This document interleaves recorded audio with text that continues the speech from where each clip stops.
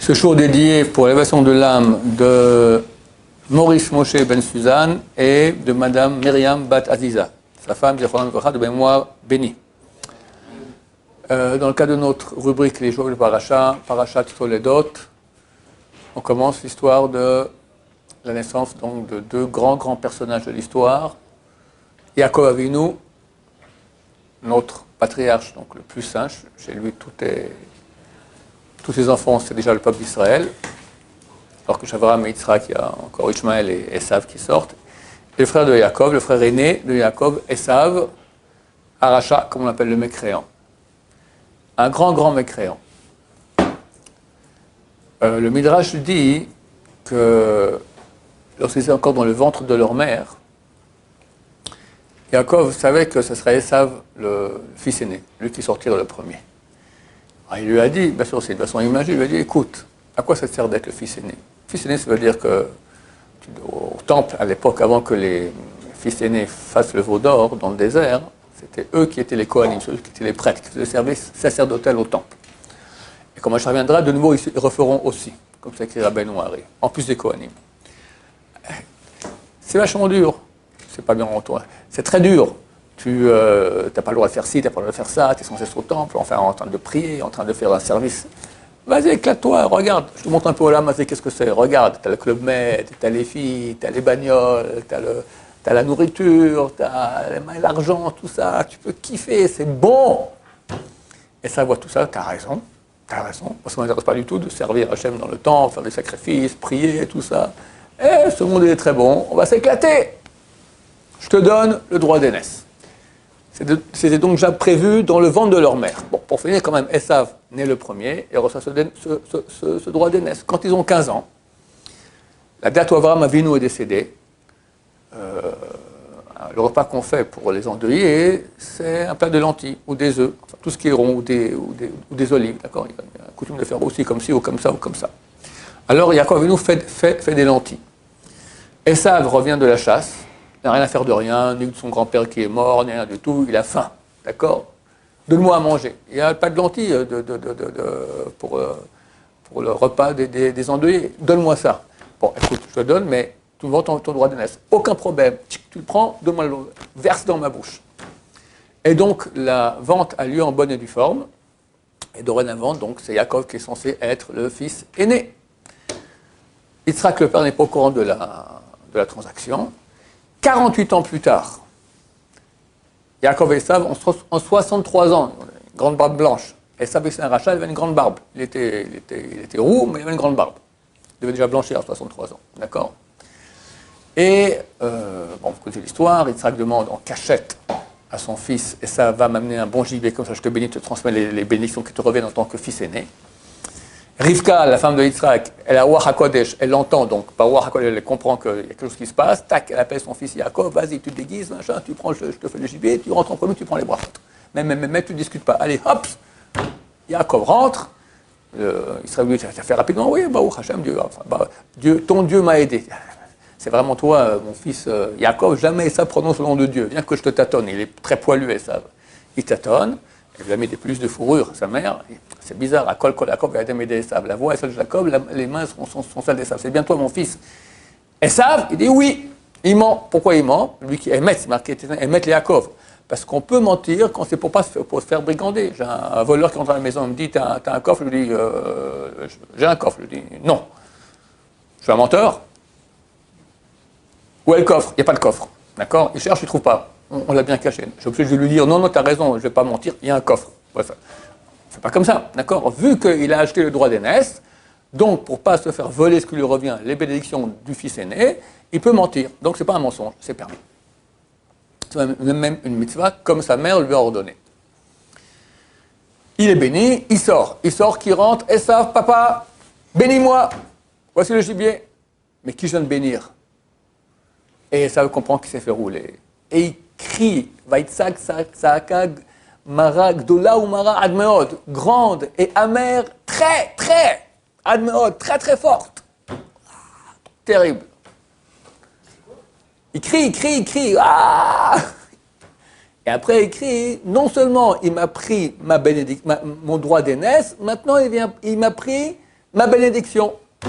Deuxième fois que je me fais avoir. Alors, le père, qu'est-ce qui s'est passé? Ben oui, quand on était jeune, 15 ans, tout ça, j'avais faim, et il y avait un bon plat de lentilles, et il m'a demandé le droit d'aînesse, et quoi? Et j'ai vendu le droit d'aînesse contre pas de lentilles. Ah, c'est très bien, donc j'ai béni celui que je fais, Gamba Ourié. Donc, il sera reconnaît, il dit, j'ai bien fait de le bénir, rétroactivement, je comprends que j'ai bien fait de bénir celui qui est vraiment censé être le fils aîné, donc Yaakov. Troisième cas, Esav dit, bon, quand mes parents vont vieillir, je vais m'occuper du cas de Yaakov et je coupe la tête.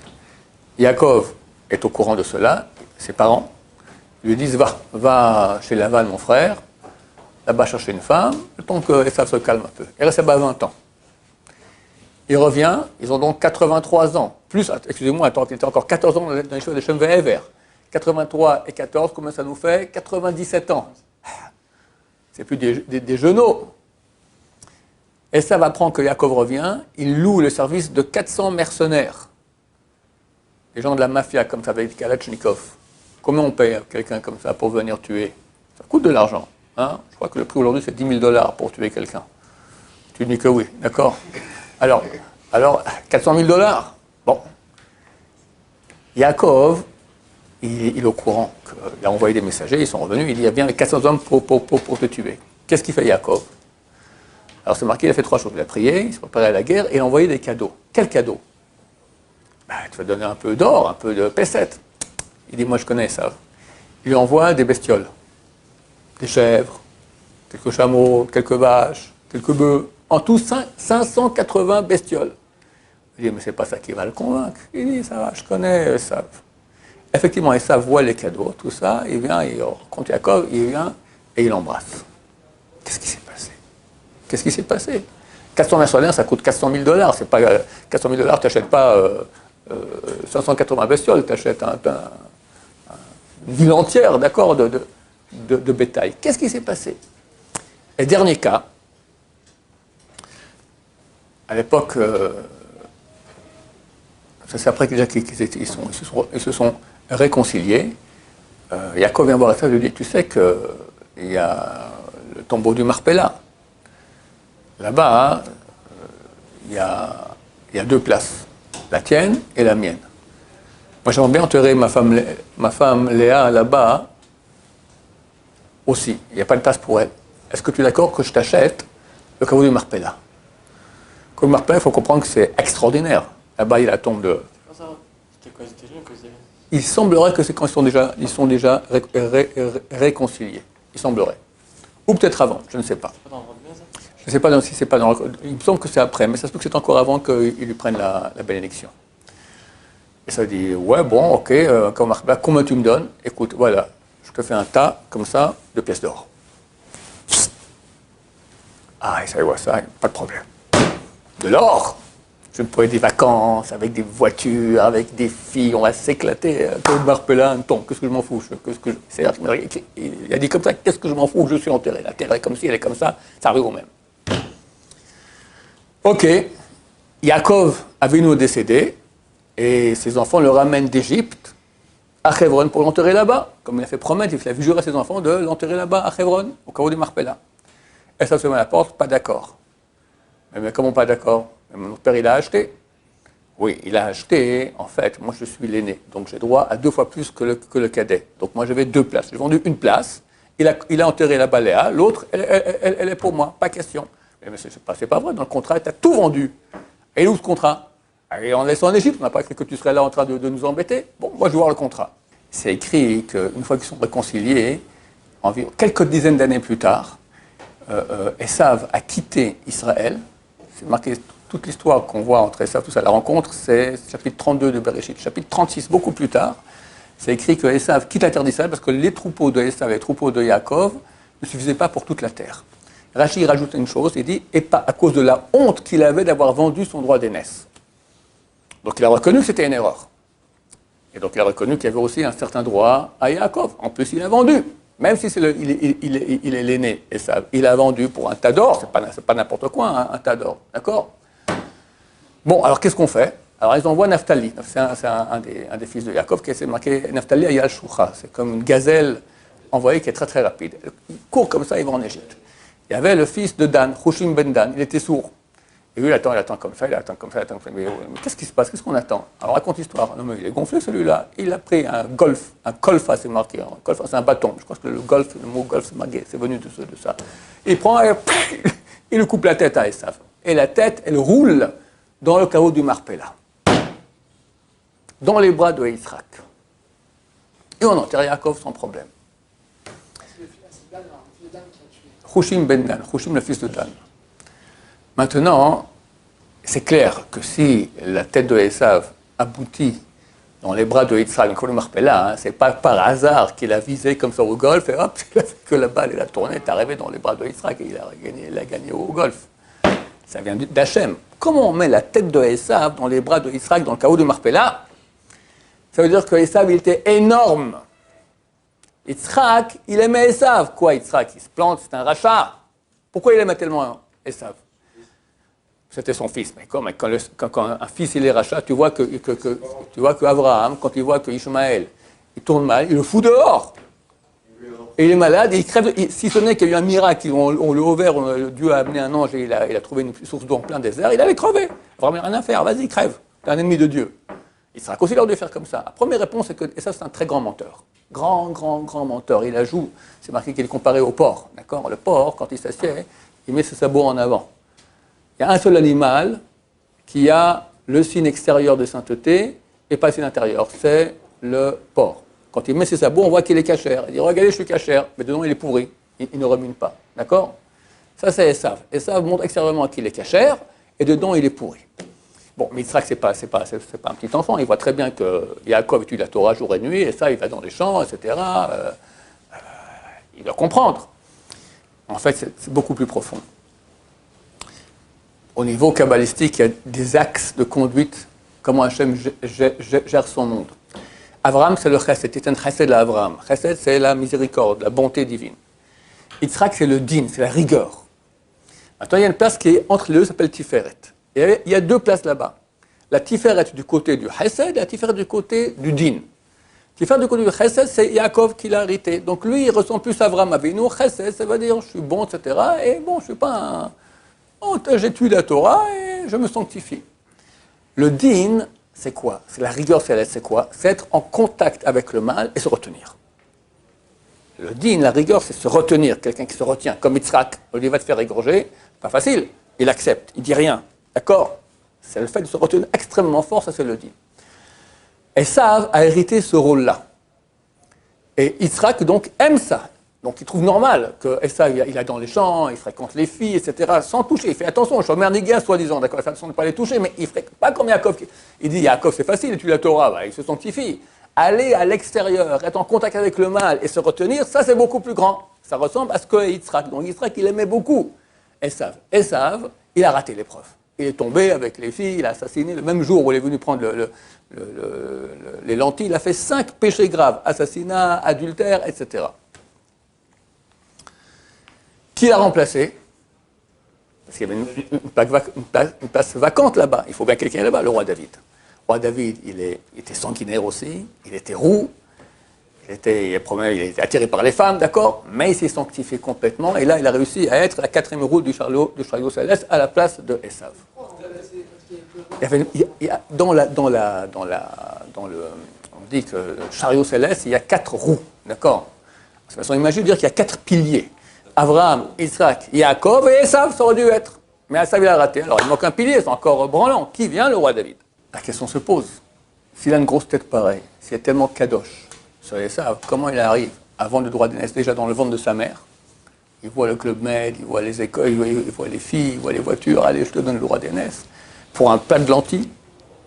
Et après, pourquoi Yaakov a réussi à l'amadouer? Il a dit, je ne vais pas l'envoyer de l'argent ou de l'or.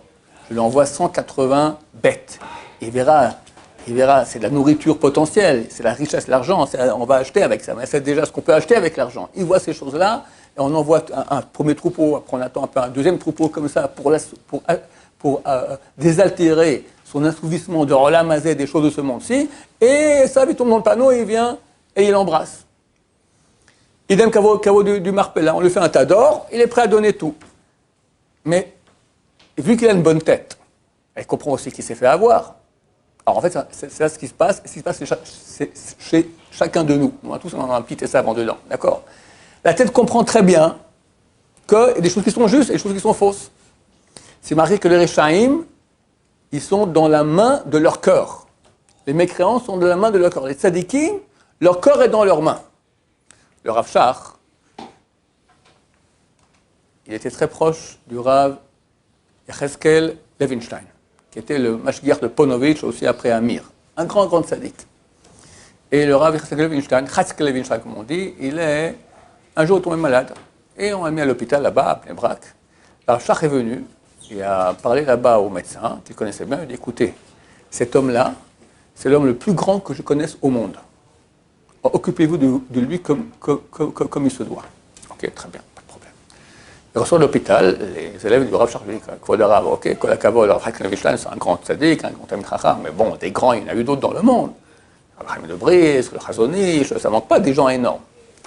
Il leur dit, moi je connais Rav Cheskel depuis qu'on est petit, depuis l'Europe. Ce type-là, tout ce qu'il veut faire, il ne fait pas. Et il ne fait que ce qu'il ne veut pas faire. C'est un homme qui bosse, ça veut dire. Il vient maintenant manger. Il y a du poulet et il y a du schnitzel. Lui préfère le poulet. Eh bien, il mange le schnitzel. Il y a du coca, il y a du jus d'orange. Il n'aime pas le coca, il aime bien le jus d'orange. Allez, coca. Etc. Depuis que je le connais, il n'a jamais fait ce qu'il veut, il fait toujours ce qu'il ne veut pas. C'est le plus grand homme que je connais dans ce domaine-là. Bon, il va de soi que nous sommes à 1 million de milliards de kilomètres de cela. Il ne faut pas rentrer en déprime parce qu'on n'est pas le Rav Chaim Levinstein, mais Ruach HaKodesh est un très très très grand monsieur. Mais comprenez, c'est exactement de cela qu'on parle.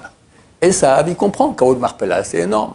Être le fils aîné, il hurle quand il apprend qu'on lui prend les bénédictions du fils aîné. Il comprend la valeur de cela. C'est une grande tête. Il est dans les bras de Esav dans le Kaoud Marpella. Mais le corps, c'est bon. C'est bon.